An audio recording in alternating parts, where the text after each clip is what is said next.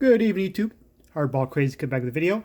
Today I'm going to talk about a couple defensive innovators, I guess you could call them. Two guys who were groundbreaking in how they play defense. One you very well much know of, one you probably never even heard of. I'm going to go with the first one you all were very well aware of. Um, Both of these players are of Puerto Rican descent, coincidentally. When I grew up watching baseball in the '80s, and when this guy came along and started doing something behind the play he's never done before, it was kind of really cool and groundbreaking. Not every catcher does it now, but it's kind of like, okay, it's cool he did it and everything, but this is the first guy I remember doing it. That's Benito Santiago. He was the first one to really throw out runners on the base pass on his knees. You now and then see other catchers do that on occasion. I can think of several catchers do that. Tony Pena used to get on his knees to get down the crouch to get the pitchers to pitch low, but he never really did that when we had runners on the base pass. But Santiago was the only one I can remember, first one to remember throwing runners out from his knees.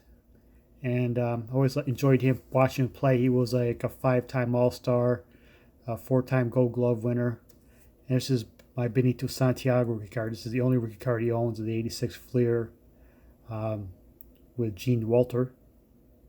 I'm going to start going through all my Benito Santiago cards for each team he played for. He bounced around the league after a while.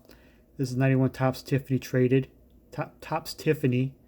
I showed this one in the last video, my ComC video, one of my all-time favorite Topps photos. This is on the cover of a Sports Illustrated too, I believe.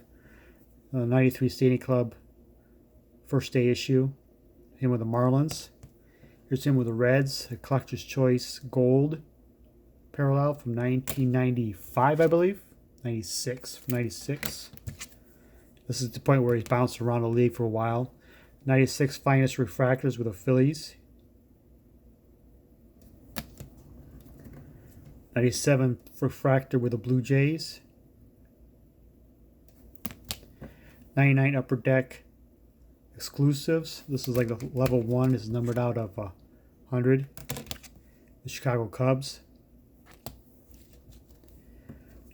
With the Giants, he kind of had a little reprieve in his career, a little bounce back. The Giants with the 2002 NLCS MVP. I believe he made an all-star team as a Giant. The 2001 Topps Gold. 2004 Topps Chrome Refractor, Gold Refractor.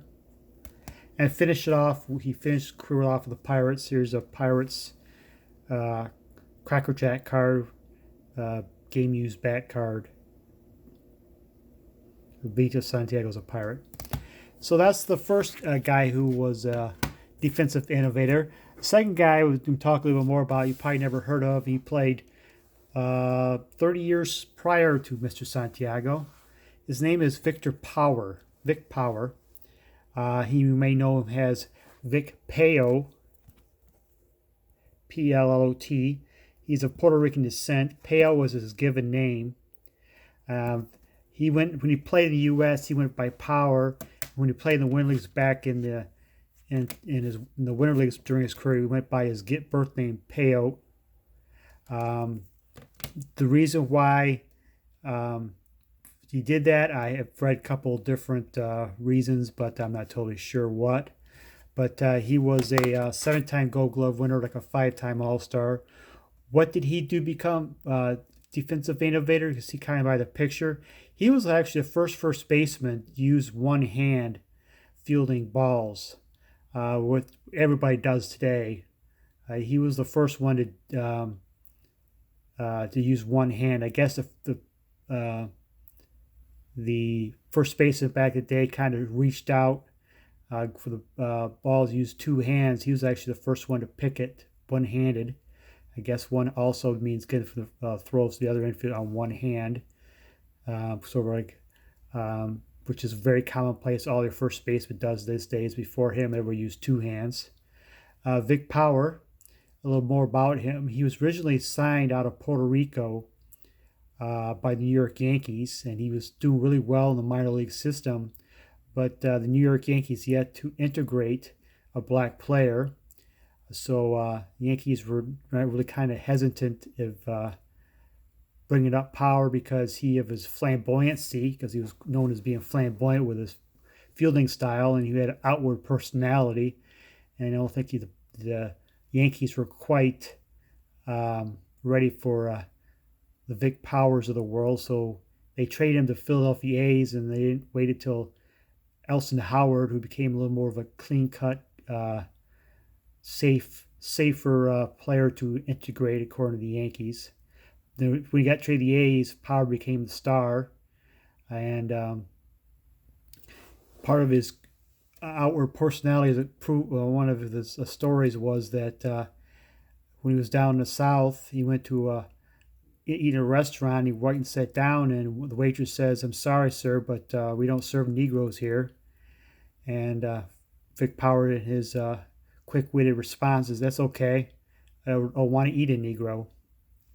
But that's what Vic Power was kind of person he was. This is his rookie card, 54 tops. And this is his 66 tops card with California Angels. This is my last year card of him. This is right there is his complete stats of Vic Power, or Victor Peyote. I think he has some Winter League cards from when he played in the Winter Leagues, and is listed as Vic Peyote, Pellot, and as all of his U.S. cards is Vic Power.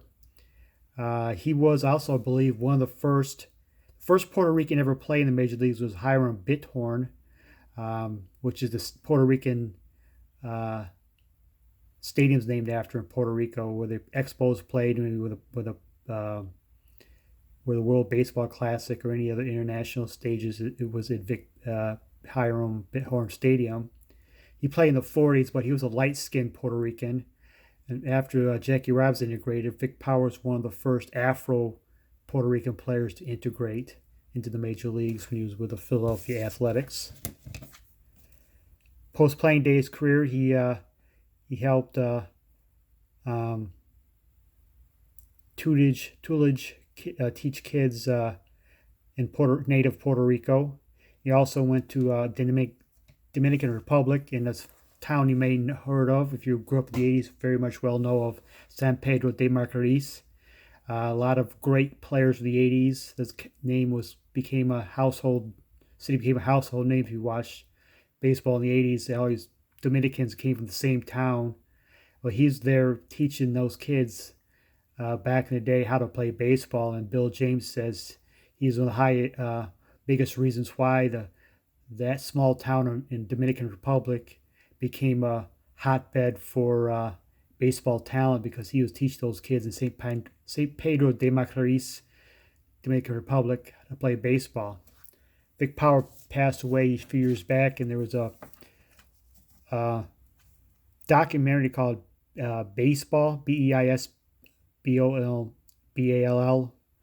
the Spanish version is baseball, and he's on there. And in that video, I've seen it once years ago. I want to see it again. I've never been able to find it on the internet or anywhere before since then, but I want to see the video. He's on there. I think I remember reading a quote. He says, because back in the day when he used one hand, he says he was criticized by some of the old elders about catching the ball with one hand. So he says, quote, his response was, "If I was supposed to catch with two hands, I should have gloves on each hand. I only have one glove in one hand, so I'm using one hand," or something to that effect. There it is. That's my showcase of a couple of defensive innovators, Mr. Benito Santiago and Vic Power. And hope you enjoyed the video, and thank you for watching.